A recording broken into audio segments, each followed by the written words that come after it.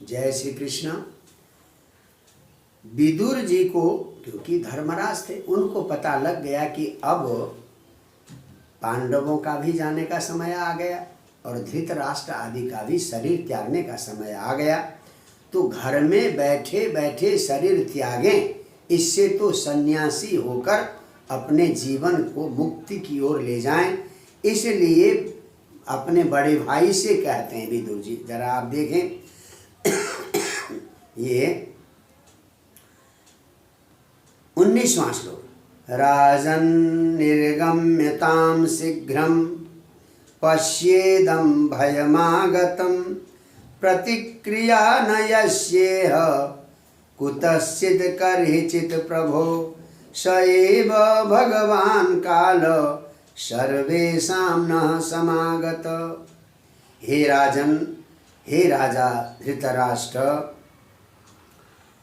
शीघ्रम निर्गम्यताम, जल्दी से जल्दी घर छोड़कर संन्यास ले लो, क्योंकि इदम आगतम भयम पश्य, देखो भय आ रहा। भय माने मृत्यु का भय, काल आ रहा है, बहुत जल्दी मृत्यु होने वाली है, तो इस भय को आप देखो। अब यस्य प्रतिक्रिया कुत्रचित कर्हिचित न, बताइए मृत्यु से बचने का कोई उपाय है क्या? यस्य, जिस मृत्यु की प्रतिक्रिया, इस मृत्यु से बचने का उपाय कुत्रचित अकर्हिचित, कहीं भी नहीं है, कभी भी नहीं है। मृत्यु से कोई भी बच नहीं सकता। तो स एव काल, भगवान वही काल रूपी भगवान, न सर्वेषां समागत, हम सबके पास काल भगवान आ गए, कब उठा लेंगे कोई भरोसा नहीं। तो इसलिए मृत्यु आने से पहले संसार का त्याग करना, संन्यास लेना परम आवश्यक है। तो कहते हैं, बहुत बढ़िया श्लोक है, ये न चैवा विपन्नोऽयं प्राणै प्रियतमैरपि जनः सद्यो विमुच्येत किमुतान्यै नराधिप। हे राजन, ये न अभिपन्ने न, यानी जिसके आने से काल अगर आ गया तो अपने प्रियतम प्राणों को भी छोड़ना पड़ा। हमारा सबसे प्रिय क्या है? हमारे प्राण। अगर काल आ गया तो हमें अपने प्रिय प्राणों को भी क्या करना पड़ेगा? छोड़ना पड़ेगा। और अन्यैहि धनादि भी की, धन संपत्ति, घर गृहस्थी, पति पुत्र, इनकी तो बात छोड़ो, सबसे प्रिय हमारा प्राण, प्राण को भी छोड़ना पड़ेगा। और आपने क्या क्या गलत कार्य किए बताओ। बहुत खरी खोटी सुनाया। जब तक आपको खरी खोटी नहीं सुनाया जाएगा तब तक आपको गृहस्थ से वैराग्य नहीं होगा। तो धृतराष्ट्र के मन में वैराग्य उत्पन्न हो, इसलिए खरी खोटी सुना रहे हैं। कौन?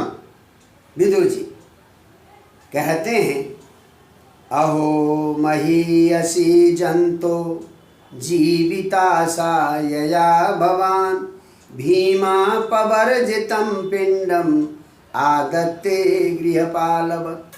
बताओ, प्राणियों की जीने की इच्छा कैसी प्रबल होती है, हैं?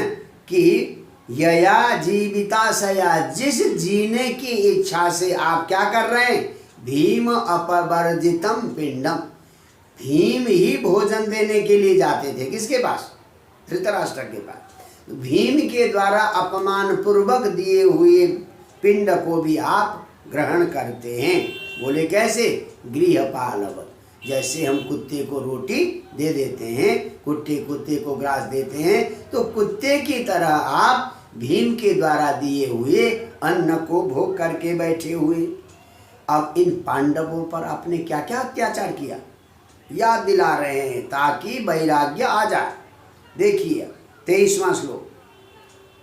अग्निर्निसृष्टो दत्तश्च गरोदाराश्च दूषिता धृतं क्षेत्रं धनं येषां तद्दत्तै अशुभी क्रियत। आपने अग्निर्निसृष्ट, यानी लाक्षागृह बनाकर इनको जलाने के लिए आग लगाई आपने। अच्छा, फिर गरुदत्त मारने के लिए भीमसेन को खीर में जहर मिलाकर, और दारा दूषिता द्रौपदी का वस्त्र अपहरण किया, नंगी करने का प्रयास किया। बताइए, हैं? और हितम क्षेत्रम, उनकी सारी धन संपत्ति को, खेत को हरण कर लिया, धन का हरण कर लिया। आज युद्ध के बाद वो जीत रहे हैं, तो तई दत्तई अशुभि किया, वो ही आपको प्राण दे रहे हैं। भोजन न मिले तो मर जाएंगे व्यक्ति, आज वही आपको प्राण दे रहे हैं। कितने दिन जियोगे और कितने दिन जीने की इच्छा है? तुम्हें वैराग्य क्यों नहीं आता? और आपके शरीर का क्या हाल है? बहुत गजब के श्लोक हैं। 24वां देखें।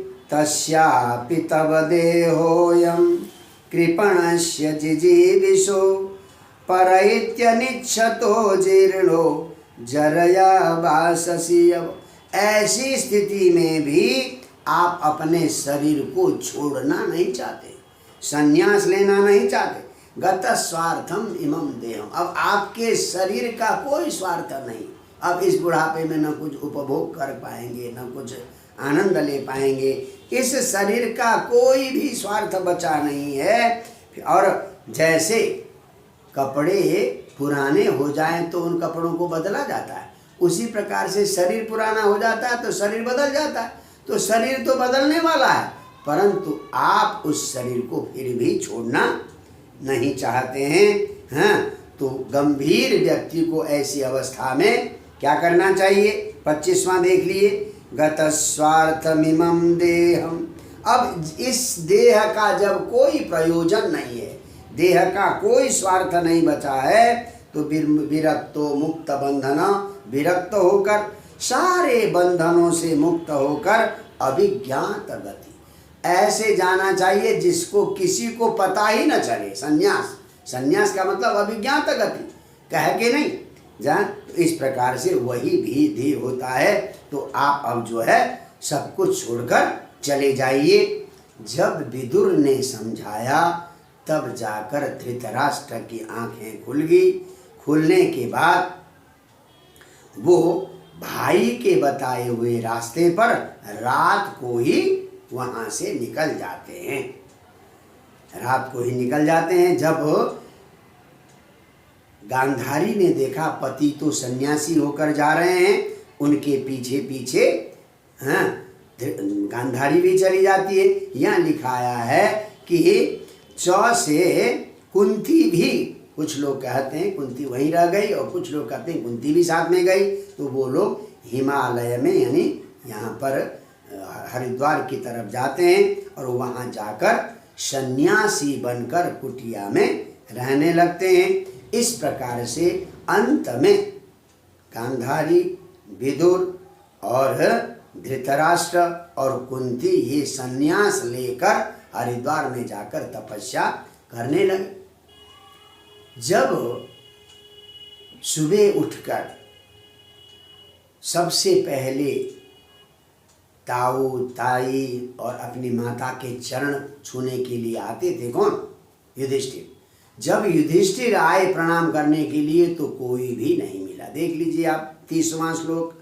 अजात शत्रु कृत मैत्रो हुताग्नि विप्रान्नत्वा तिलगो भूमिरुक्मयी गृहं प्रविष्टो गुरुवंदनाय न चापश्यत पितरौ सौबलिं च। धर्मराज युधिष्ठिर की दिनचर्या क्या थी जरा देखिए आप। अजात शत्रु कृत मैत्र, सूर्य आदि अर्घ देकर संध्या बंदन करके फिर हुताग्नि, अग्नि में हवन करते थे। सबसे पहले सूर्यार्घ, संध्या बंदन, अग्नि में हवन करके विप्रान्नत्वा, ब्राह्मणों को प्रणाम करके फिर उनको तिल है, गाय है, भूमि है, सोना आदि ये दान देते थे। सुबह का कार्य था किसका? युधिष्ठिर का। फिर गुरु वंदनाय गृह, इतना सारा नित्य कर्म करने के बाद माता पिता ताऊ ताई का को प्रणाम करने के लिए घर में प्रवेश किया। किसने? युधिष्ठिर ने। तो क्या देखा, न चापश्यत पितरौ सौबलिं च, न तो विदुर मिले, न धृतराष्ट्र मिले, न गांधारी मिली, कोई भी नहीं मिला। तो वहाँ जो धृतराष्ट्र के सचिव थे, संजय से पूछा, संजय भी रोते हुए कहने लगे कि मुझे भी कुछ पता नहीं चला, बड़े व्याकुल हो गए, हमसे कोई गलती हो गई होगी, कोई न कोई हमसे ही त्रुटि हो गई होगी, इस प्रकार से रात को चले गए, कहाँ गए, अब जन्म से अंध हैं, क्या होगा, बड़ा दुखी होने लगे। तभी जो है नारद जी वहाँ पर आ जाते हैं, देवर्षि नाराज आ जाते हैं। तो आते ही नारद जी पूछते हैं कि कैसे आप उदास हो, तो अपने मन की व्यथा युधिष्ठिर कहते हैं। तो जब उन्होंने कहा कि भाई हमारे ताई ताऊ चाचा कहाँ गए, मुझे पता भी नहीं, कैसे मरा रहे होंगे, क्या होगा, हो गया होगा, हाँ, तो इस प्रकार से बड़े जब दुखी हो गए, तब नारद जी युधिष्ठिर को समझाते। क्या समझाते हैं, देखो हम सब जैसे बैल के नाक में रस्सी लगाकर जैसे चाहो आप वैसे ही नचाते हो, वैसे ही भगवान के शास्त्र रूपी वेद रूपी रस्सी से हम बंधे हुए हैं। तो जैसा वो धर्म शास्त्र भगवान की इच्छा जैसे जैसे करवाती है, वैसे ही हमें करना होगा। 41वां श्लोक देखें जरा आप। यथा गावो नसी प्रोक्ता तंत्यां बद्धा स्वदामभि वाक्तंत्यां नामभिर्बद्धा बहन्ति बलिमीशितु। यथा जैसे गावः बैल, नसी प्रोक्ता रसे में नाक में रस्सी लगाया हुआ, तो ईशितु भारम बहन्ति, यानी जो मालिक है उस मालिक के लिए जुताई भी करता है बैल, भार भी ढोता है, बैलगाड़ी भी चलाता है, सब कुछ करता है। उसी प्रकार से हम लोग भी, मनुष्य भी हैं, वाक्तंत्याम नाम भी बद्धा, वेद के वाणी रूपी रस्सी से बंधे हुए हैं, और भगवान का अर्चना रूपी पूजा रूपी भार हम लोग ढोते हैं। हम कुछ भी करने के लिए स्वयं समर्थ नहीं है।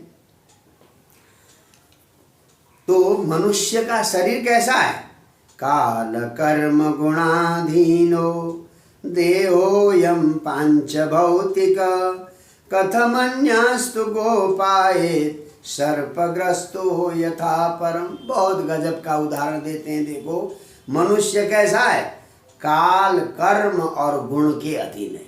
हमने जैसे कर्म किए हैं, हमारे जैसे गुण है, उसके अनुसार हमें वो फल भोगना पड़ेगा। अपने अधीन नहीं, हम अपने स्वतंत्र नहीं है।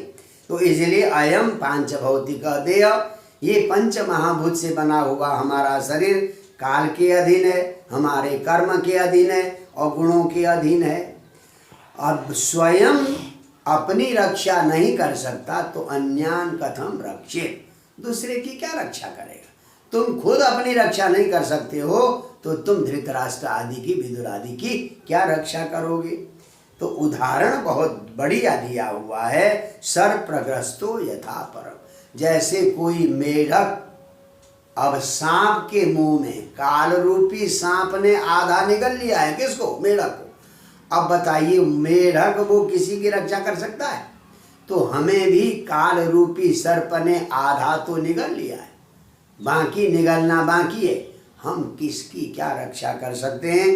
तो इसलिए आप इसकी चिंता मत करो। तो अंत में सारा समझाते हुए कहते हैं कि आज के 7वें दिन जंगल में आग लग जाएगी, उसी में जलकर आपके ताऊ जो है भस्म हो जाएंगे। ये विधि का विधान है। आप संन्यास लिया है, उनके संन्यास के मार्ग में आप व्यवधान मत मानो। तो कहते हैं, देखिए 56वां श्लोक नारद जी समझा रहे हैं।